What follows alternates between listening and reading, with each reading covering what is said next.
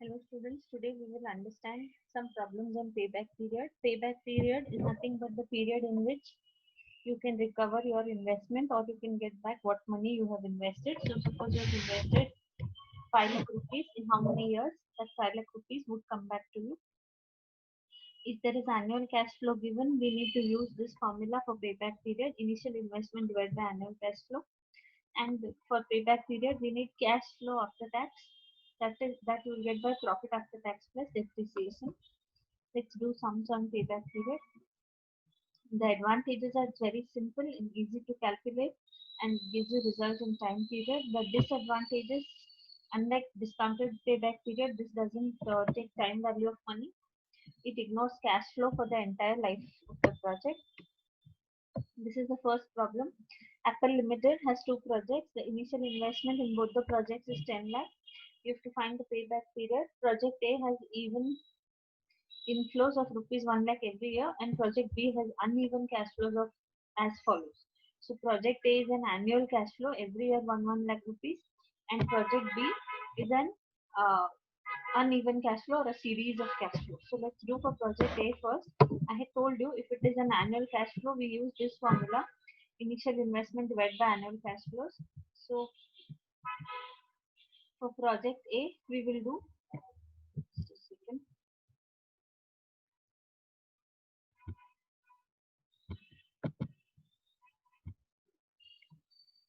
So I'll do it for project A first. It is initial investment divided by annual cash flow. So here if you could see, the initial investment is 10 lakh and the annual cash flow is 1 lakh. So payback period, I write it as PBP. Payback period is equals to initial investment 10 lakh divided by annual cash flow 1 lakh. So when you do this, you will get the payback period as 10 years. So this is how you do for payback period when annuity is given. Now we'll do it for project B.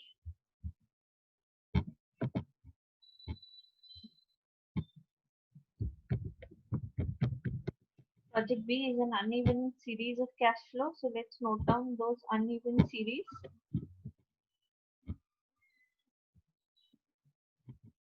Now, so we should have one more column here that we'll call it as recovery.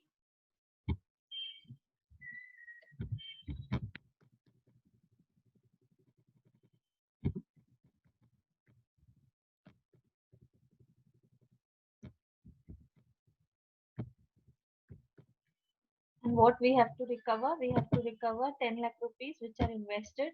So I'll put it in the bracket, the amount that is to be recovered, that is 10 lakh.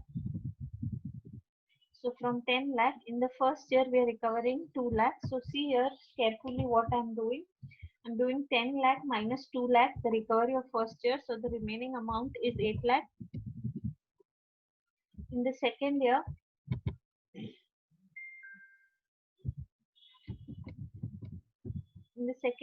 we are recovering 3 lakh. So 8 lakh minus 3 lakh. So still the amount remaining is 5 lakh. In the third year, we are recovering 4 lakh. So 5 lakh minus 4 lakh. So the amount remaining is 1 lakh. And in the fourth year, we are recovering full 1 lakh. So 1 lakh minus 1 lakh, the amount remaining is 0. So it takes 4 full years to recover the amount. So the payback period for project B is 4 years.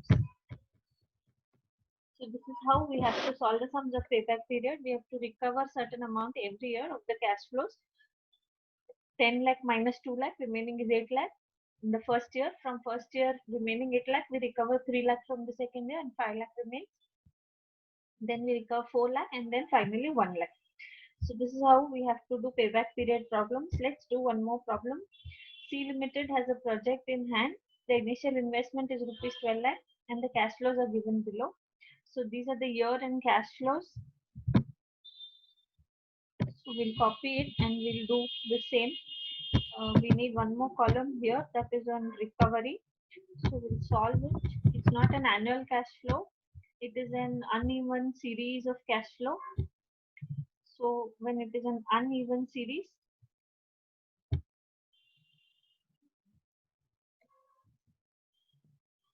5 years cash flows. Sorry, 1 second. 5 years. So we have it here. So the last column should be recovery.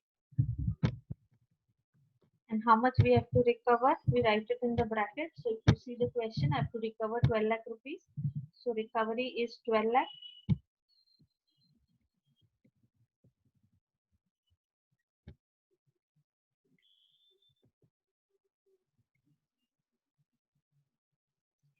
So from 12 lakh, we have to minus every year cash flow. So how do we do that? Just a second.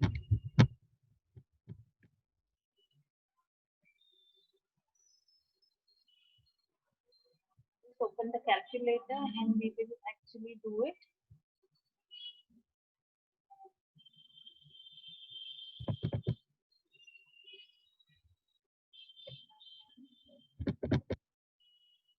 So first year, it is 12 lakh minus 2 lakh 80,000. So we get 9 lakh 20,000. Second year, 9 lakh 20,000 minus 3 lakh, we get 6 lakh 20,000.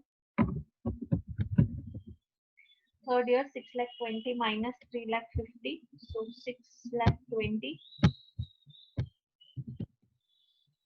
minus 2 lakh 50. Sorry, minus 3 lakh 50.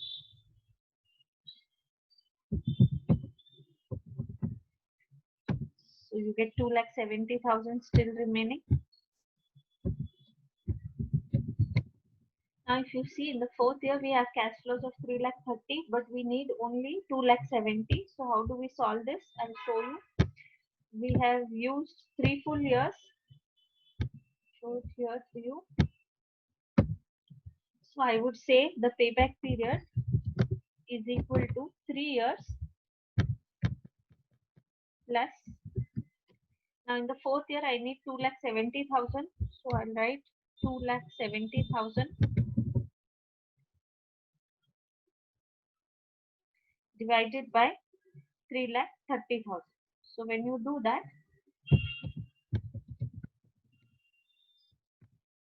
you will get the payback period answer. So 2 lakh 70 divided by 3 lakh 30 if you do,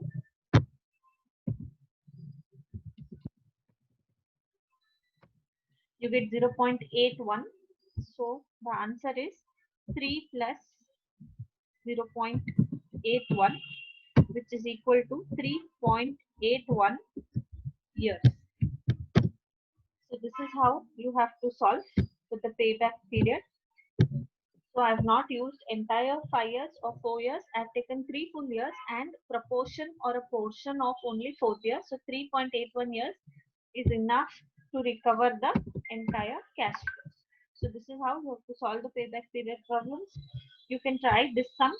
X Limited has a project in hand. The initial investment is rupees 1 lakh and the cash flows are given below. Calculate payback period. It's similar to the above problem. So you can just give it a try and see what is the answer that you get. See, this is 28th one. So let's now go to the next method. I hope the payback period was clear. The next method that we are going to discuss is the average rate of return. Now the average rate of return, the name itself suggests that we have to take average of the profit and the average of the investment. It is also called as accounting rate of return because we use the accounting data in solving this method. We don't find the cash flow, but we actually take the profit after tax from your profit and loss account and we use that and we solve it. So it is accounting data is used. So it's also called as accounting rate of return. The formula is average rate of return is equals to average profit after tax divided by average investment over the life of the project into 100. And the advantages of this method is simple, easy, it is represented in percentage. It's good for preliminary screening of the project. You cannot use it for final decision. But in the preliminary stage, when you have 10, 20 projects, you can screen them using this. If you get very low average rate of return, you can reject them there only. Total benefits associated with the project are taken into account. All the years details are taken, not like payback period, only 3 years or 2 years. Disadvantages, it does not use time value of money and it does not take into account cash flows, but it takes profit after tax. So we're not going till cash flow, adding back depreciation and all that. We just stop at the profit after tax one. So here is the problem. Calculate average rate of return for the following projects. So in one in one problem, I'm discussing 4 questions actually. So A, B, C, D project, I have put as 4 different questions. So let's start. So here there are 2 formulas of average rate of return. In the next solution, I'll tell you why there are 2 and how we use it. So here they've given you the initial investment of each project and the profit after tax of each project. Let's start for project A. So project A, here is the years and here is the profit after tax. So now it's only for 4 years. So we'll consider the project as 4 years, not for 6 years. Okay. So I total the cash flows, that is the profit after tax. I get it as 2,70,000. So the formula I told you for ARR is average profit after tax divided by average investment into 100. So average profit after tax is the total that you did, 2,70,000 divided by 4 years, because the project is only for 4 years. So you get 67,500. Average investment is equal to the initial investment of the project, which is for project A 4 lakh rupees, divide plus 0. This 0 is nothing but the scrap value. So actually the formula for average investment is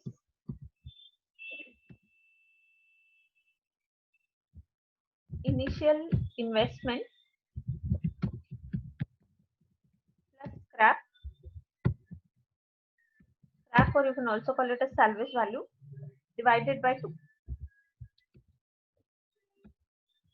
Okay, so in this problem there is no salvage value or scrap value given, so I've taken it as 0 divided by 2. So you get the average investment as 2 lakhs. So the formula is average profit after tax divided by initial investment into 100. So average profit after tax is 67,500 divided by average initial investment, which is 2 lakh, into 100. You get 33.75%. This is one formula. Some people think that this formula is actually vague because we are simply dividing the investment by 2 and making it half. When you show your investment half, obviously you will get a higher rate of average rate of return. So they say instead of that we can use directly the entire initial investment and find the actual profits. So average profit after tax 67,500 divided by initial investment 4 lakh into 100. The second formula if I use, I get 16.875% as the average rate of return. So this was for project A. Similar way we have to do it for all the projects, that is project B, C and D. So let's start for project B. Now project B, the cash flows are from year 1 to year 5. You can see here. So I've just taken the same cash flows there. Year 1 to 5, 6th year there is nil, so we'll not consider the 6th year. We total the cash flows. Now when you divide the total average profit after tax divided by number of years, 5 years, you get 77,800. Average investment is 5 lakh. Initial investment plus scrap 0 divided by 2, which is 2,50,000. The first formula if I use. So 77,800 divided by 2,50,000 into 100, you get 31.12%, or you can say ARR is equals to average profit after tax divided by initial investment into 100. This is the second formula. Here I will not do investment divided by 2. I'll take the entire 5 lakh, and if I take the entire amount, it's 15.56%. In exam, if you want, you can do both, or you can do the first formula itself. For both, it is valid. Okay. Similarly, project C is done. All the cash flows are taken for full 6 years. The total is found out 4,83,000 divided by full 6 years. You get 80,500. Average investment is initial investment plus 0 divided by 2. So you get 3 lakh and you got 26.833. If you take the entire investment, you get 13.41%. And in the similar way, the project B is done. Again, there are only 5 years cash flows. So we have not taken the 6th year, and 2,84,000 is the total. So you get it as average as 56,800 and average investment 4,50,000 plus 0 divided by 2, 2,25,000. So you get ARR of 25.24%. So you can, if you take the entire investment, you will get 4,50,000 and the ARR will be 12.62. So this is how you have to solve the problems of average rate of return. Now, in the problem above which we solved for all the 4 projects were as good as 4 different problems. And if you see, they have given the profit after tax. So it's already given. Now, in the next sum that I'm going to do, they have not given the profit after tax, but they've given the profit before tax. PBT is nothing but profit before tax. And they've given the tax rate applicable. They've given you the initial investment. So the first step is to find the profit after tax and then find the average of it. So how to solve it? 5 years details are given. Profit before tax rate is 40%. So 40% on the first year, that is 1,25,000, you get 50,000. 40% on the second year, 1,60,000, you get 64,000. 40% on 1,80,000, you get 72,000, and so on. This is the tax rate. So from profit before tax, if you minus tax, you get the profit after tax. Now this final column, which is of profit after tax, we have to total it to find the total profit after tax, so that we can divide it by the number of years and find the average profit after tax. So 4,41,000 is the total.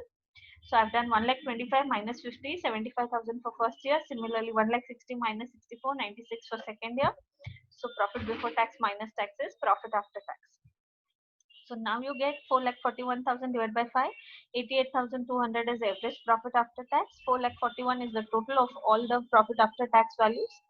Average investment 7,50,000 plus 0 divided by 2. You get 3,75,000 as the total average investment. So you divide the average profit after tax with the average investment into 100. 23.52% is the answer. If you use the second formula, we'll take the entire investment of 7,50,000 and divide it with 88,200. You will get it as 11.76%. So this is how you have to do problems on average rate of return. So in today's session, we discussed 2 topics. That's the payback period and the average rate of return. I've given you one problem to do on the payback period. Hopefully you will solve it. Thank you.